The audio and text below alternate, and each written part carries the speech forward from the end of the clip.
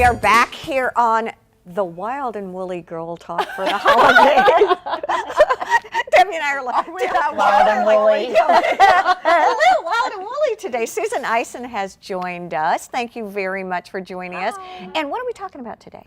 We're going to talk about well, the holidays and getting together with family and what you might notice with your aging parents when everybody gets together. DayBreak of the Lowcountry is DayBreak Adult Care of the Lowcountry. Which is wonderful, and it is. We were talking wild and woolly because it can be a pretty stressful time. Absolutely. What pearls of wisdom do you have for us as caretakers? Right. Well, women in our age group tend to be the family caregivers. You know, we have the empathy, and maybe we're just a little bit more in tune with what's going on. Nurturing, and we're also the ones who are doing the research, even if it's for our in-laws or a neighbor. That's true. But so pearls of wisdom are just, you know, to be aware and to, you know, do research, ask questions, ask your friends, family, neighbors, you know, for, you know, referrals to, you know, companies that they may have used, that sort of thing. But, you know, some signs to look for.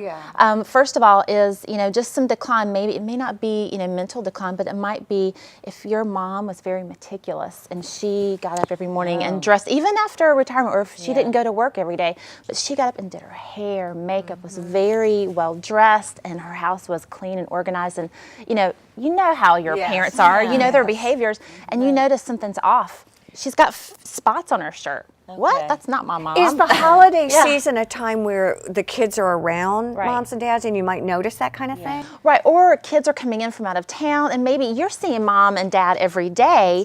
You're not going to notice. It's like someone losing weight. You see them every day, you don't notice, but then you see them 3 months later like, oh my gosh, that's significant. That's what happens when, you know, your sister who lives in New York comes to visit and you've been around mom and dad every day. Well, she sees the decline. She might see their weight loss, whereas you don't see it because you're with them every day. You just got used to it. The behaviors, and it's a big difference for her. And that's just a sign that they might need some assistance on a day-to-day basis. And it might be that, you know, you're working and you visit them on the weekends or at night, and you can't take the time to do it on a daily basis. How do you recommend getting over that hump of stigma with your mom and dad? Like looking at your mom and saying, you know, wouldn't it be great if maybe you had Susan come in a couple days a week? Right. Why? You introduce us to Thank you. That's exactly what I was trying to say. That's really hard, but one of the ideas is saying, you know, it's a friend, or treating it as not a caretaker, but someone who's going to come in and, you know, hang out, help them a little bit.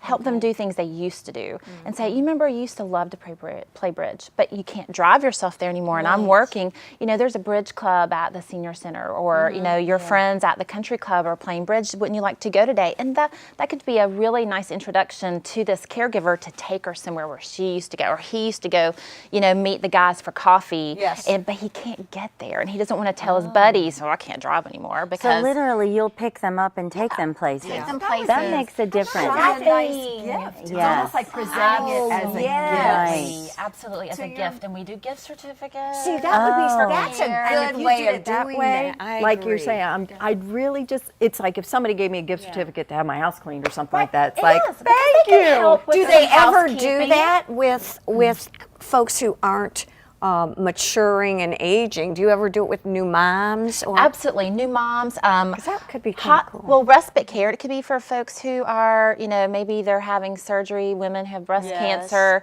you know, things like that. Help around the house because they can't, and their partner has to, you know, go to work, or maybe they don't have a spouse and they don't want to ask friends for help, and so they have people come in and help them. And if you end up visiting your parents or relatives, and then you do feel like, oh, there might be some red flags, but I'm not 100% sure, can they call you and just say, this is what I observed? Absolutely. Is this a sign, or is this Now, you're not diagnosticians. We are not. We do have some partners in the community who are, like a geriatric care manager can come in and do assessments, but you can ask us enough questions where we can say, go here, go this, here. in our experience, resource or research says, or, you know, because we do have a lot of partners in the community who can go and do things like that.